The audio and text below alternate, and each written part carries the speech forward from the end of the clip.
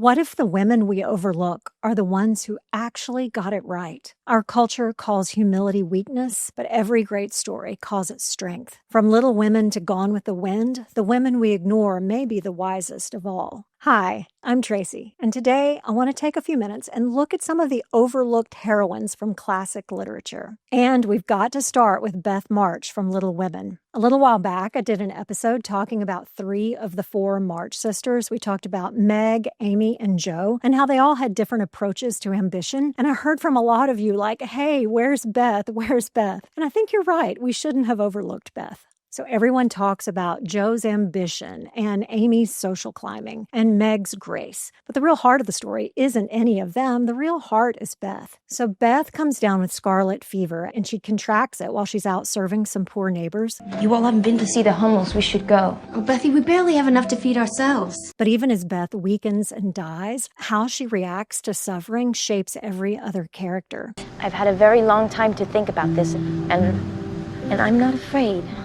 She never has outward ambition, but she's so motivated by love, and her life and death ultimately changed the trajectory of every other person in the story. Maybe you know a Beth, someone who serves everybody else in their path quietly and never gets credit. Or maybe you feel like you're a Beth. Maybe that's what your life looks like right now. You might be changing diapers and reloading the dishwasher all day long, and you're longing to do something, I don't know, that feels bigger or more impactful. But take heart. It's only for a season, and I promise you may look back and realize this was the most important, impactful season of your life. Next, let's look at a couple of characters from Jane Austen's Emma. You remember Emma. She's the brilliant, wealthy, very clever young woman who says she's never going to get married, but she makes it her hobby to matchmake everybody else in her life. And one of her projects is this sweet young woman named Harriet Smith, and Emma takes it on herself to try to elevate Harriet socially. She convinces Harriet to turn down a proposal from a man that she actually loves, but Emma has decided that he's not good enough for Harriet.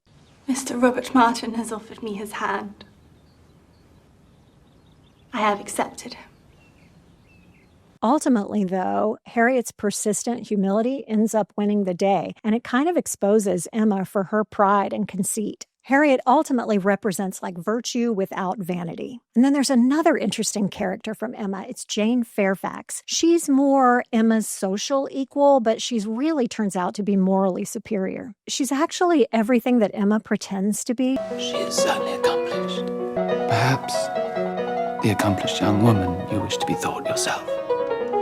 She's self-possessed, graceful, dignified. It's really through Jane Fairfax that Austen shows us that you can be dignified without being prideful. And her restraint isn't weakness, it turns out to be wisdom. While we're on the subject of Austen and her books, we've got to go back for a minute to Pride and Prejudice and Jane Bennet. Jane often gets dismissed as being like too gentle or too naive. Not that I'm afraid of myself, but I dread other people's remarks. Oh, I'm sorry. But I think ultimately it's her grace and the forgiving spirit that she consistently shows that kind of gives credit to the Bennet family that at times is sort of cringy. Lizzie's trying to win every argument, and Jane just keeps showing up with like grace, forgiveness, and mercy. Her humility brings quiet influence, and she creates peace where everybody else in her family is generating conflict. Yes. 1,000 times yes. That's what makes Jane Bennet heroic. And finally, let's talk about Melanie Hamilton from Gone with the Wind. I must go to her. And look, I know, Gone with the Wind whitewashes an American tragedy, but I still think there's something in there that we can learn from the characters. You know, Scarlett commands attention because she's so beautiful, and she's a master manipulator. Melanie Hamilton. She's a pale-faced, mealy-mouthed ninny, and I hate her. But Melanie commands attention because she's so beloved, because she carries herself with such quiet dignity. She's the character that people long to follow because of her genuine goodness. You have so much life. I've always admired you so. I wish I could be more like you. So what is it about all these characters that we tend to overlook that actually makes them so powerful? They all share the same hidden trait. It's humility. the very thing our modern culture mocks. Modern women are told to take up space, speak their truth, even be fierce. Pride is celebrated, and humility is seen as weakness. But what if that's completely upside down? What if humility is the real superpower? And where does pride get you after all? Honestly, it's exhausting, trying to keep up that facade that you've got it all together. And it doesn't help you grow, because if you've already got it all together, then there's no room to learn. The Bible says it clearly. God resists the proud, but gives grace to the humble. And the last thing I need is for God to resist me. I need all the grace I can get. So what does make humility valuable to us? I think first, humility lets us rest. When you don't have to prove yourself every second and you can admit your flaws, well, you can finally breathe. Second, humility lets you accept help. Pride keeps you pretending all the time, but humility will let you grow. I've been involved in building some things over the years. I got to help build a school, then a nationwide nonprofit, and Billy and I are working on building this big family. But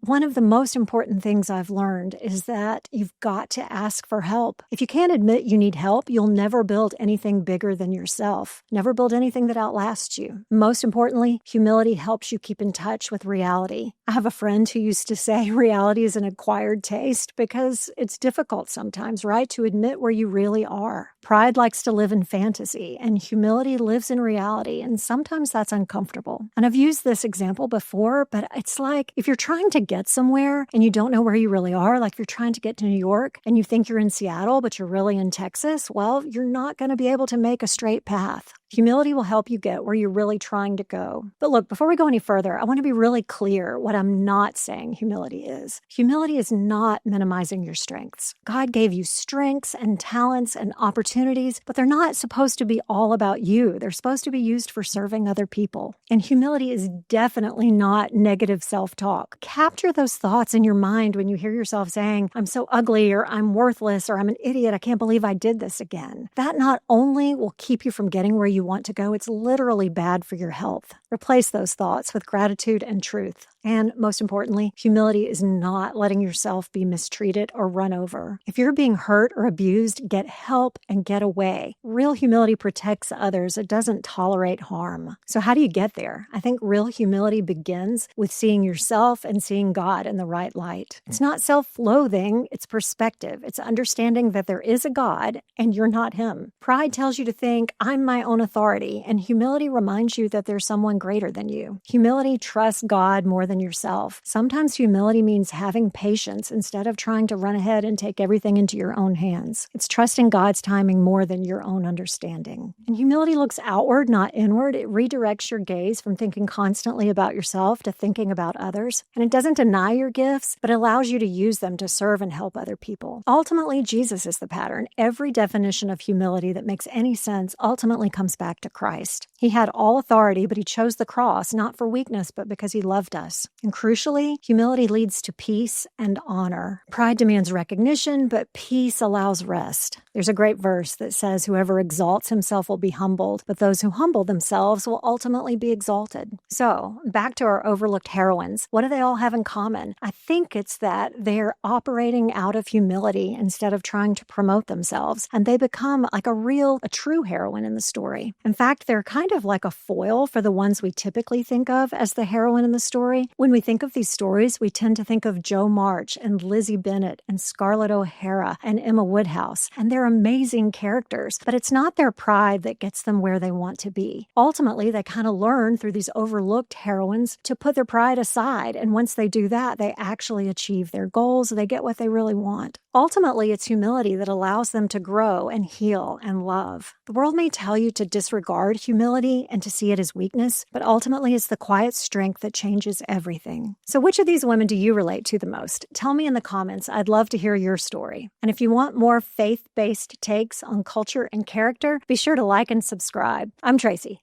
Thanks for being here.